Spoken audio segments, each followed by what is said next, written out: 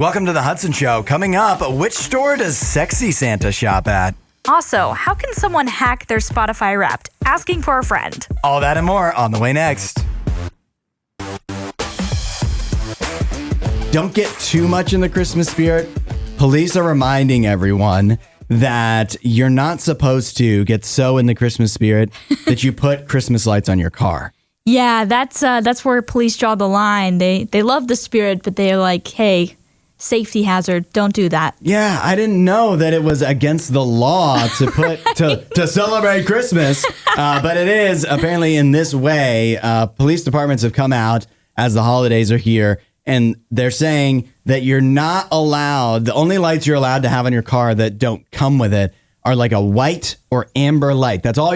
No other colors are supposed to be on your car in most places at all. Right. And the reason being is supposedly it can cause confusion with safety, like, ambulances, police cars, things like that, where people, if they see other colors of lights on your car, might think that you're a police, and that's bad. Which, I don't know. What's the big deal? So they pull over for me, and I get to celebrate Christmas. Big deal. I almost want to take my chances with this. I do. I don't want to encourage people to break the law, but I mean, it's Christmas. Yeah, but I get what they're saying. You know, they just want to remind the community, like, it can indeed be a safety hazard on the road. Also, I have to say, lights on cars have gotten more and more unhinged. More and more out of control. Like just the regular lights? Just LED lights in general. They're too bright. They're too dang bright. So I feel like that if someone with LED lights, like my worst nightmare would be a raised truck. I'm picturing in my head, like my eyes are closed. Yes. Raised truck. Yes. With LED super bright lights that feel like they're on, the extreme blast, whatever setting. And that also is covered in Christmas lights. But you can't even see the Christmas lights because the headlights are so bright. Right. But that would be my worst nightmare because it's like, what in the disco ball is traveling down the road right now? And they forgot to turn their brights off and they're headed your way. Yeah. Well, they always do that. Yeah. At least I always feel like that. I do think that it is becoming more and more indistinguishable as you're coming opposite ways when cars have their brights on or don't, because when they do have the bright white lights, it is hard to tell. They just blind you either way. And I do the classic thing where I'll like flash real quick just to be like, hey, reminder, there's a car coming towards you. Yeah. You're supposed to turn the brights off. Does that ever work? Or sometimes, most of the time, no. My family tells me not to do it because then I'll probably end up in like a road rage incident where they're like mad at me because I did that. So... But yeah, the lights they're out of control. So I understand why the police are like, hey, you got to stop with the craziness. This is what I'm saying, that if they can get away, if you can have those bright lights, and those are for safety, to have, like, supposed to make it safer because it's easier for you to see the road. Safety for just them. Yeah. But if they can do that, what is a few Christmas lights? What's the big deal? Nah. I'm against it. I think it's fun to decorate your car, though. Like if you want to put like little reindeer antlers on it, or, the Rudolph nose that sometimes people put on their bumper. I think that's fine. I saw a nose the other day that somebody clearly had left on all year long. Oh, yeah. Because it was so faded out. It's been like sun bleached. Yeah, you really have the Christmas spirit, or do you? Or did you just forget about this whole time? I don't know. But I'm anti-antler. Anti-antler. Yeah, I don't like the antlers. Too cutesy for me. Oh, okay. Straight up lights. If you're not breaking the law with your Christmas decorations, then don't even bother. And one of the things that's exciting as we come to the end of the year is that you get your Spotify Wrapped. If you're a Spotify user, it is one of the highlights of my year. And I think about it all year round. Yeah, same. I have saved almost all of my rap playlists, and I listen to them pretty periodically. So yeah, I'm the same way. I can't wait. I get all excited for it, but I don't, like, who cares about I'll post it out, but who cares what I've been listening to? But then you see people doing this where they're like talking about how they're hacking. I would call it juicing. They're trying to juice their stats for Spotify Wrapped, so it looks like they have better music taste when they post stuff out than maybe they actually truly do based off what they're actually have been listening to for the whole year. Do you do that? I don't do that. I I feel like I'm the type of person that I just genuinely want to see what I was listening to all year long. So I don't want to try and, beat the system by hacking it or, making it seem as if I was listening to this song a bunch, even though I just spammed to listen to that 60 times in one day to try and get it on my Wrapped playlist. So you're not concerned that, I don't know, Taylor Swift would show up as your number one artist and people would make fun of you or anything like that? I'm not concerned about that because that's not going to be happening. I don't listen to Taylor Swift that often, if ever, so she's not going to be on my radar. Would, let's say you had a friend, maybe a co-host of a show might have Taylor Swift as his his or her number one artist of the year. Would you, if you were that person, encourage them to juice another artist so that Swift doesn't wind up at number one? Theoretically, asking for a friend. Yeah. No. I would not. I think you should be proud of your music taste. You know? I think I am. I think, you know what? I'm not ashamed of what I listen to, but I also don't want to be made fun of. Right. But if I really was that afraid of it, I guess I wouldn't be talking about it on the radio, would I? I always like seeing, and why I do like posting it out, even if nobody probably cares, is just to show how the wide range of whatever I listen to, like Taylor Swift will be near the top, but so will Silent Planet. Yeah. Could not be more different. Right. And what I always find too is the individual songs that wind up near the top of my Wrapped don't necessarily correlate with the artists that I listen to most. Yeah. So I don't know. It'll be interesting to see. I can't wait. I just wanted to get here. Maybe we should just announce like what our top 5 are like when we do get it. A drum roll and everything. I'll be like, all right, Hudson, was she number one or not? I don't know. The suspense is killing everyone, I'm sure. Right. Either that or I've already been canceled and fired.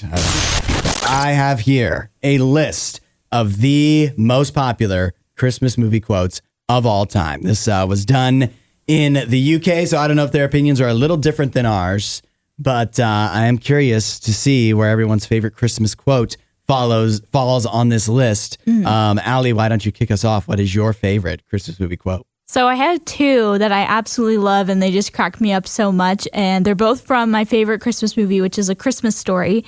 And it's 2 things that the dad says. So the first is when he gets his major reward in the mail, and it's the leg lamp, and the box says fragile on it. And he's like, fragile. And he's like, must be Italian. And the mom's like, no, honey, that says fragile. And I love that part. But also when they're opening the Christmas presents and Ralphie gets the bunny suit from his Aunt Clara, he goes, puts it on, comes down, and he looks super depressed. And the dad's like, he looks like a deranged Easter bunny. So those are my favorites. I hate to tell you this, but I figured they wouldn't be on the list. You're wrong. Your favorite Christmas quotes are wrong. There's no quotes from A Christmas Story in this list of the top 10 favorite Christmas movie quotes, at least in the UK. Maybe more popular in the United States. I was going to say, the UK probably doesn't appreciate the beauty of A Christmas Story. We did hear from someone who said in Elf, the best way to spread Christmas cheer is singing loud for all to hear. Yep. I feel like that might be the one that I think of the most. Okay. And that did show up on the list. I believe it was, number 4. Okay. So that's a good choice. I'd be shocked if on the list they don't have one from Home Alone, because the first one, when you said like you had a list, the first one that came to mind was Merry Christmas, you filthy animal. Yes, that is on here. For some reason, do they not, is this like a Mandela effect thing? Do they not say that in the first Home Alone? I thought they did say it in the first Home Alone. That's what I thought too, but they have Merry Christmas, you filthy animal as the number 1 quote. They say it's from Home Alone 2. Really? I'm going to have to go back and rewatch them now. I'm pretty sure. Which I probably was already going to do, but yeah. Right. I'm pretty sure it's in the first one too. I thought it was in the first one because I thought it was a callback in the second one, to that moment. Well, here's some trivia. Do you know the name of the movie in Home Alone where they say that? Oh, that's a good question. I know it's a black and white film, obviously. Yeah. I don't think it's a real movie either. It's not? I don't think it is. Oh, okay. I don't think I remember that, no. It's Angels with Filthy Souls. I was going to say, it has something with angels in it. That's all I could remember was like angels something. And then the second one, I believe, is Angels with Filthier Souls. Filthier Souls. Also, another quote from Home Alone that came in at number 8, I made my family disappear. Number 2 on the list, you're going to hate this. Every time a bell rings, an angel gets its wings. Yeah, not a huge fan of A Wonderful Life. God Blesses Everyone was number 3. We already did Elf at number 4. And then this is wrong. Welcome to the Party Pal. You know what that's from? Welcome to the Party Pal. Die Hard. Oh. Not a Christmas movie. Not a Christmas movie. Didn't even come to mind. Because it came out in July. Although I think It's a Wonderful Life did too. When I feel that Black Friday overall has gotten to be less and less exciting over the years. It's never been something that I've been that into anyways, of going out and getting the deals. But I do feel like collectively we've all kind of started to feel numb to the excitement because they don't seem to have as many good deals on Black Friday. I think that, but also there's just less excitement. There's less, I don't know what the word I'm looking for, but like, you know, when something feels exclusive, you know, where it's like this is the day you have to shop for the deals. That's how it used to feel. I know we talked earlier about crazy stories on Black Friday. It used to feel like you needed to go out Thursday night to be able to get those deals or else you were going to miss out. Now Amazon is doing Black Friday deals for a whole week, maybe even 2 weeks. And all of these online places that, you know, do have big box stores are offering Black Friday deals so early that it just doesn't feel as exclusive, just doesn't feel as like, you know, urgent to shop right now. Yeah, you're right. It used to feel like an event. Yeah. Now it's just another sale. Yeah. I will tell you the one thing I feel, the one deal that I'm kind of excited about for Black Friday that's not free shipping at shop.radiou.com is all of the streaming services, because almost everyone seems to have a Black Friday, Cyber Monday deal, and they're actually pretty decent, alluring. Yes. Okay. For example, you can get Hulu with ads for $1 a month as long as you do it by December 2nd at midnight. And that is whether you're a new or returning subscriber. Really? Yeah. $1 a month. Wow. Now, and it's for a whole year? For an entire year. Wow. That's a pretty good deal. Also, Disney is offering the Disney Bundle, which is Duo Basic. I don't even know what that exactly includes, but I do know that it's $3 a month. As long as you get it by December 2nd at midnight, or 11:59 p.m. So that's interesting as well. I saw that Max is doing $3 max with ads per month for the first 6 months, whether you're a new or returning subscriber. Ooh, I might need to take advantage of that because I know the Hulu I do have, but I don't have the ad-free version because I can't stand the ads. But Max I do, and so I might need to take advantage of that deal. Paramount Plus with Showtime, $3 a month with ads. I lost my Paramount Plus subscription. Oh. So like somebody else had it and they didn't continue it, and they didn't even have Showtime with it. Now I could get it with Showtime. And then Peacock, can I confess? I did this one. You did sign up for Peacock? Peacock, because it was $2 a month. I already did this, but I never had Peacock before. But what's great, so you combine all those deals, you can get like all of the streaming services for the next like 6 months-ish for what you were paying for one of the streaming services. Right. That's how can you not take advantage of that? Yeah, definitely take advantage of those deals. It might even be a situation where, like, if you already have an account with them, cancel it real quick and go make get a fake email. Right, go get the new deal. Well, because they're giving it to returning customers, returning streamers. So if you are already a part of their family and have your email in their system, have an account, just end your current subscription and sign up for a new one with this amazing price. Like, yeah, seriously. I feel like it's an ad right now, but that's honestly, I'm telling this to myself. This is what I'm gonna do. Yeah, this is what I'm gonna spend my weekend doing, is just canceling subscriptions and reopening them for cheaper prices. Right. And then setting a reminder for 6 months from now to cancel it before it goes back up. Because I'm sorry, Peacock not worth the full price. I'll tell you that right now. I will tell you that. This is how you know it's not an ad. Right. It is not worth whatever they normally charge for it.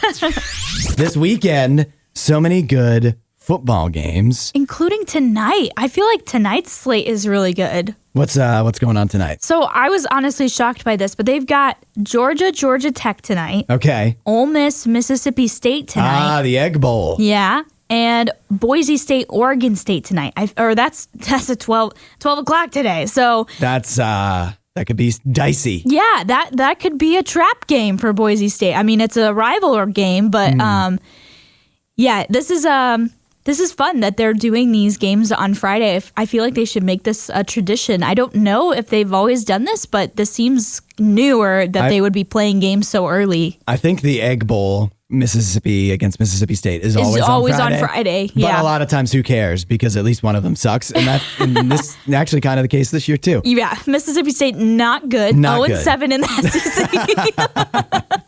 But yeah, we've got a great lineup of college football games. Of course, the headliner is, as always, Ohio State, Michigan. Yep. Possibly the greatest rivalry game in all of sports. As an Ohio State fan, how are you feeling heading into this game?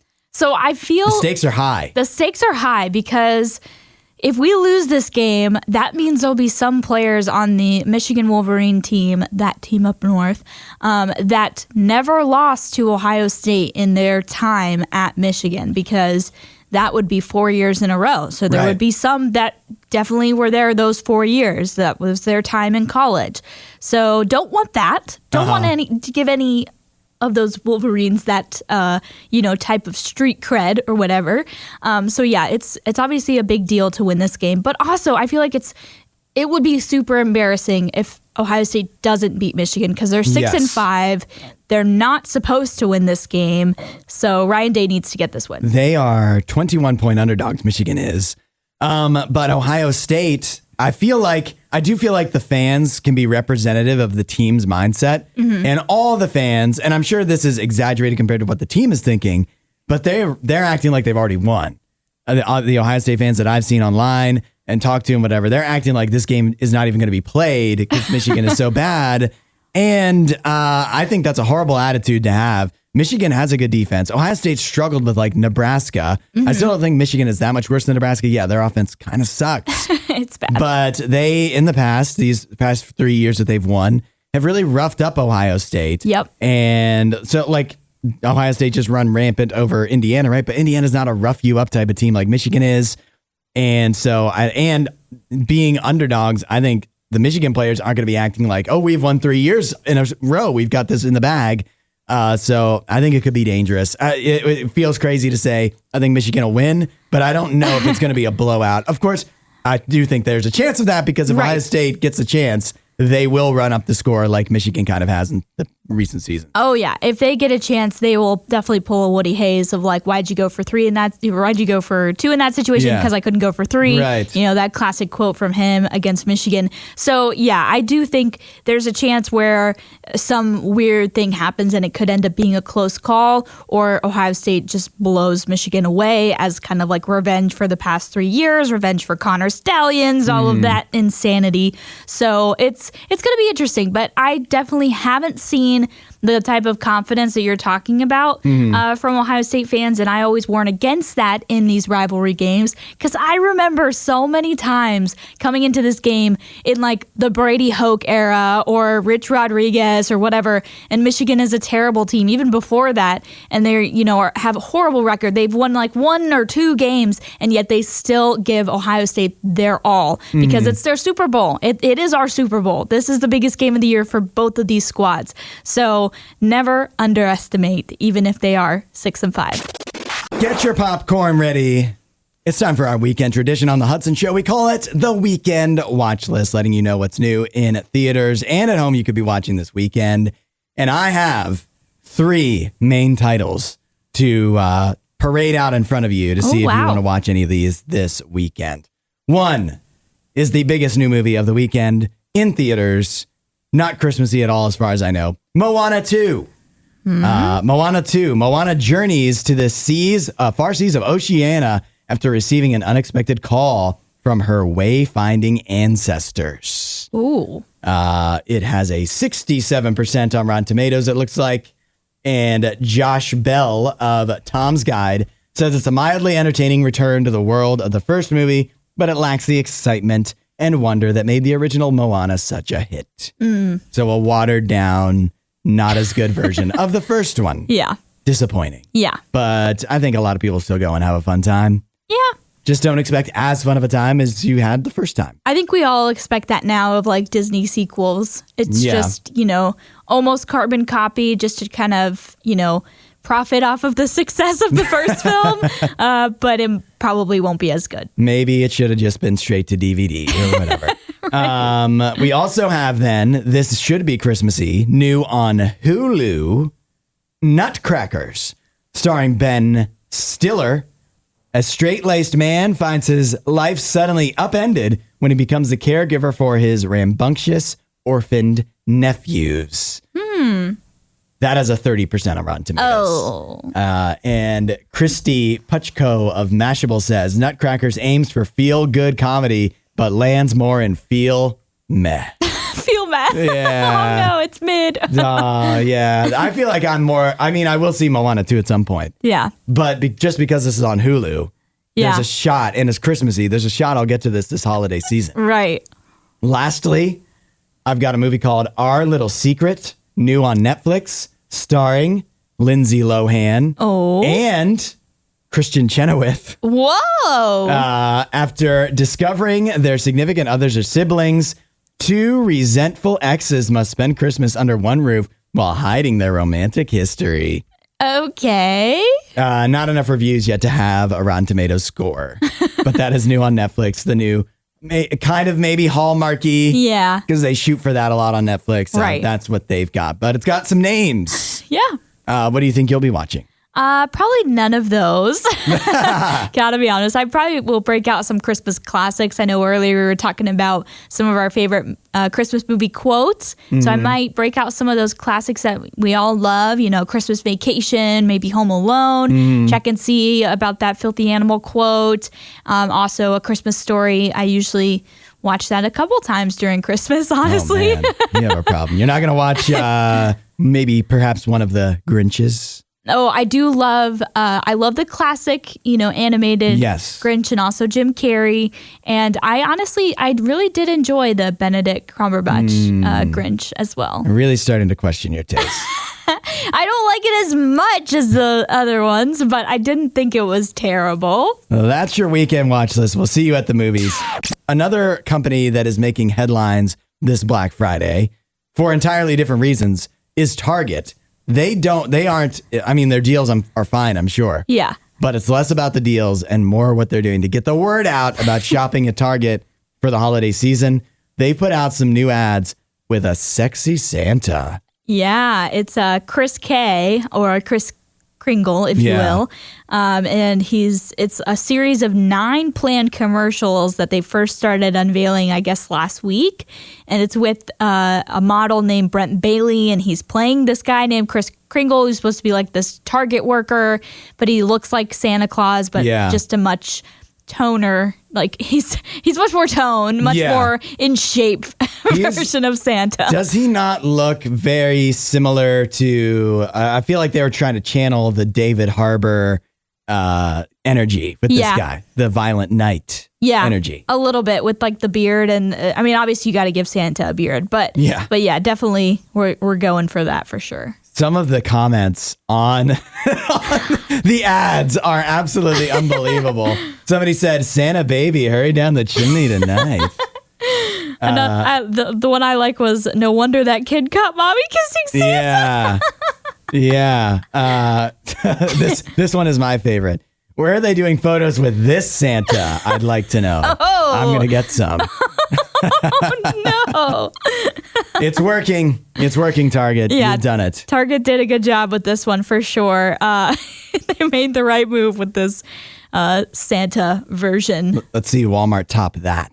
Right. Top sexy Santa. I think they'll just go the other way. Like we talk about alternate programming. They're just going to go the other way. They'll get the ugly. Oh, no, like the classic Santa look, like almost like a Coca-Cola Santa. I don't know. That's not going to work. No. It's not going to work on me. That will feel more nostalgic. I know where I'm going for Christmas. Thanks for listening to The Hudson Show. Please don't forget to rate and review the podcast.